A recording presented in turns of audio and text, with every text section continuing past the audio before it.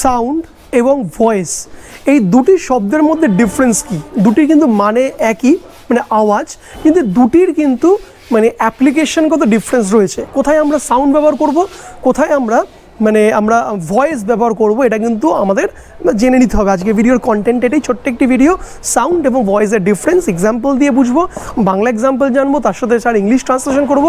ছোট্ট একটি কয়েক মিনিটের ভিডিও, মন দিয়ে দেখে নাও। ভালো লাগলে লাইক, শেয়ার, কমেন্টস করতে ভুলো না। বন্ধুরা, তোমরা অনেকেই তোমরা ভিডিও দেখো কিন্তু সাবস্ক্রাইব না করে চলো, তাদেরকে অনুরোধ প্লিজ চ্যানেলটা সাবস্ক্রাইবও করো। প্রত্যেক সপ্তাহে আমি 2, 3, 4 করে ভিডিও আমি আপলোড করি অন দ্য ইংলিশ, তো এটা তোমাদেরকে হেল্প করবে তোমাদের English grammar, spoken English, writing English এবং ইংলিশের ট্রিকি ব্যাপারগুলোকে ইমপ্রুভ করার জন্য। তো চলো সবার আগে আমরা সরাসরি মানেতে চলে যাই। সাউন্ড এবং ভয়েস দুটোর মানেই হচ্ছিল আওয়াজ, ওকে, স্বর বা আওয়াজ, কিন্তু দুটোর যে ইউজ বা দুটোর ব্যবহার কিন্তু একদম আলাদা। ভালো করে বুঝে নাও।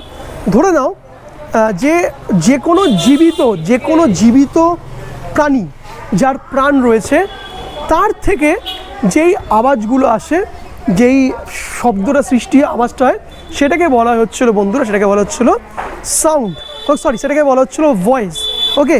কিন্তু যে কোনো মানে জীবিত নয় এমন যে কোনো জিনিস থেকে যে সমস্ত আওয়াজটা আসে, সেটাকে বলা হচ্ছিল বন্ধুরা সাউন্ড, রাইট। ধরে নাও, এই যাও গাড়িটা যে হর্ন দিল, আমি এটাকে বলবো না যে ভয়েস অফ দ্য বাইক, ওকে, শুনতে শাটার না বলো, আমি কিন্তু এখানে বলবো না যে ভয়েস অফ দ্য শাটার, আমি এখানে কী বলবো সাউন্ড অফ দ্য শাটার, মানে এটা হচ্ছে সাউন্ড, মানে যেটা কি, কারণ এটা যেহেতু কোনো একটা অজীব বস্তু, যে বাইকটা স্টার্ট হলো, এই ইঞ্জিনের যে আওয়াজটা হচ্ছে, রাইট, এটা কিন্তু একটা, এই ওয়ার্ডটি হচ্ছিল আমাদের স্পেসিফিক্যালি মানে সাউন্ড। কিন্তু যে সজীব কোনো ব্যক্তি, কোনো সিঙ্গার গান করছে, সেটাকে সিঙ্গারের সাউন্ড বলবো না, সেটা সাউন্ড বলবো, সেটা কী বলবো, সেটাকে বলবো হচ্ছিল আমরা ভয়েস অফ দ্য সিঙ্গার। কোনো পাখির ডাককে আমরা কিন্তু সাউন্ড বলবো না, কী বলবো আমরা, ভয়েস অফ দ্য বার্ড।